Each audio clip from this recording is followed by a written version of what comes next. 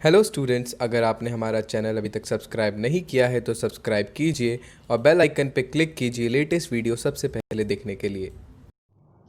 Okay, अब हमारा topic है अकाउंटिंग एंट्रीज। अभी हमने डिस्कस किया realisation account.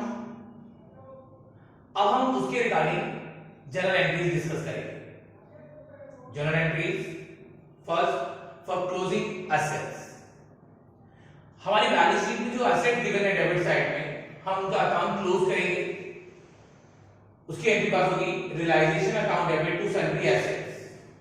Sundry asset means land and building, plant and machinery, furniture, stock, debtor, goodwill, investment. इन सभी एसेट्स को यहां क्रेडिट कर देंगे, उनके अकाउंट क्लोज हो जाएंगे।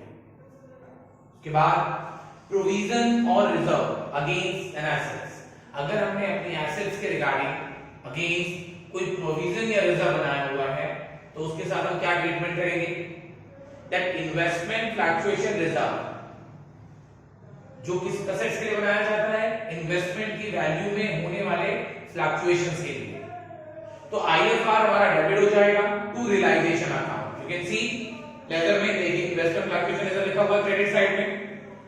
उसके बाद प्रोविजन फॉर डाउटफुल डेट्स, इसका भी अकाउंट हमारे बुक्स में क्रेडिट हो रहा है। हमने कहा डेबिट करके इसे क्लोज कर दिया और रियलाइजेशन अकाउंट में क्रेडिट कर दिया। यस, अब हम बात करते हैं फिक्टिशियस एसेट्स की। फिक्टिशियस एसेट्स एसेट साइड में दिया हुआ P&L अकाउंट मतलब लॉस, और एक deferred revenue expenditure that is advertisement suspense account.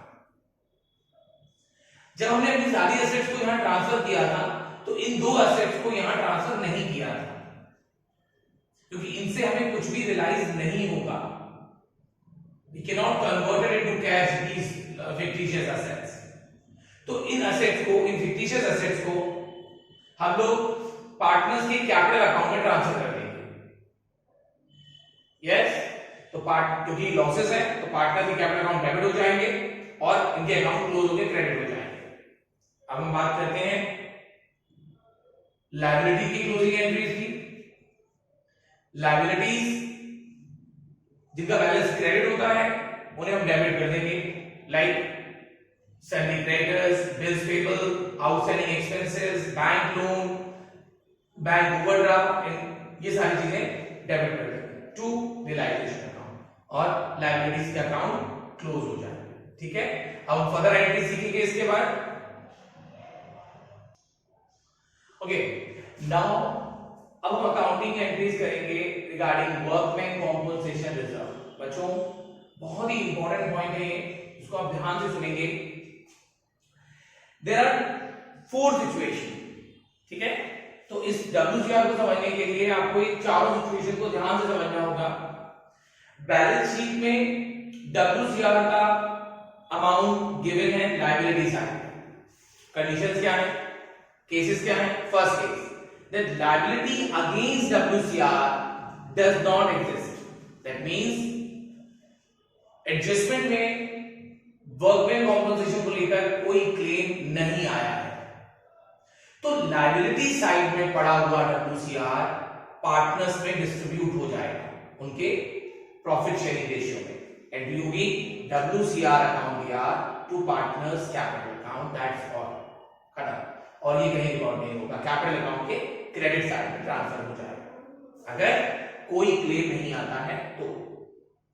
First case. Now second case, liability of workman compensation is less than the amount of WCR। अब जो WCR आपको liability side में गिवन है, अब उसके लिए क्लेम आया है। एडजस्टमेंट में बताया गया है कि उसके लिए क्लेम आया है, बट क्लेम का अमाउंट WCR के अमाउंट से अभी कम है। क्या एंट्री पास होगी?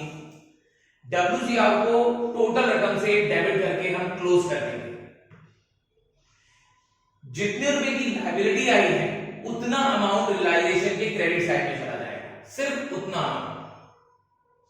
और बाकी जो पोर्शन बचेगा हमारे पास WCR का, that will transfer to partners capital account in their own ratio.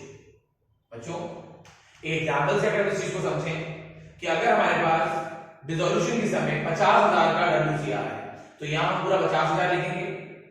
Liability आती है उसकी, क्लेम आता है उसके लिए 20,000 का, रियलाइजेशन में लिखेंगे 20,000 और उतना ही पार्ट हम रियलाइजेशन के अकाउंट के क्रेडिट साइड में लिखेंगे, जो मैंने मेंशन नहीं किया था। अब देख सकते हैं आप, तो ये क्रेडिट साइड में जाएगा, सिर्फ जितना क्लेम आया है बाय WCR लिखकर बस, और जो बचा हुआ पार्ट है 30,000 वो पार्टनर्स में डिस्ट्रीब्यूट हो जाएगा। Done. Now third case, that liability of workman compensation is equal to the amount of WCR।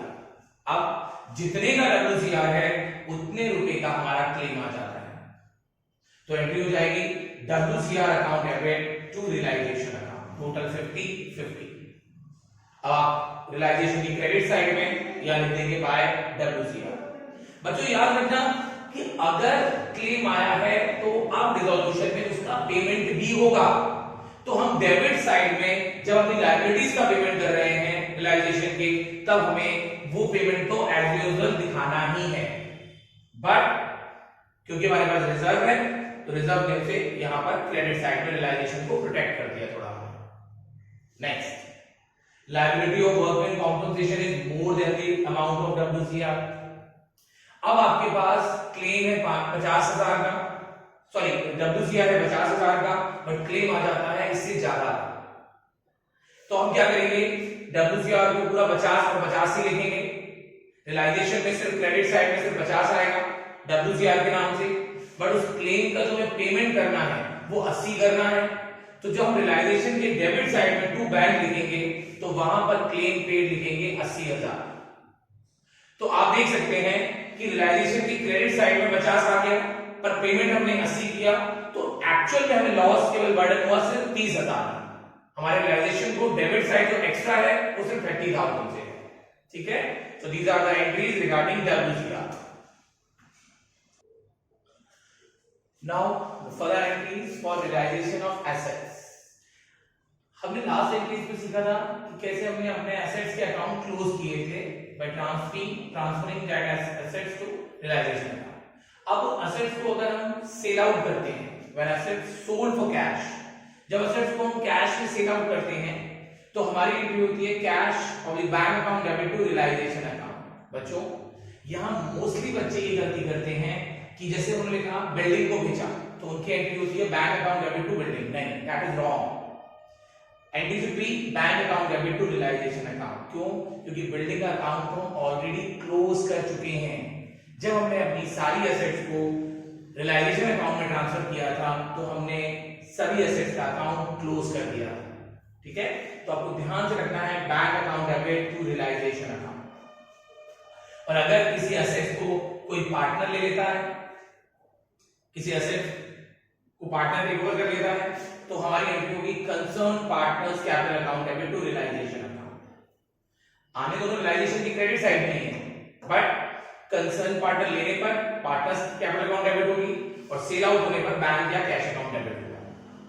But अगर हमारी कोई एसेट कोई क्रेडिटर ले लेता है, अगर हमारा एसेट कोई क्रेडिटर ले लेता है तो उस समय हमें कोई एंट्री पास नहीं करनी है। दैट मींस अगर कोई एसेट किसी लायबिलिटीज के पेमेंट के लिए यूज की जाती है तो हमें कोई एंट्री पास नहीं करनी है, ठीक। Next, for settlement of liabilities, हमने जो बहुत सारी लायबिलिटीज रियलाइजेशन अकाउंट में ट्रांसफर की थी उनका हमें सेटलमेंट भी करना है, ठीक है।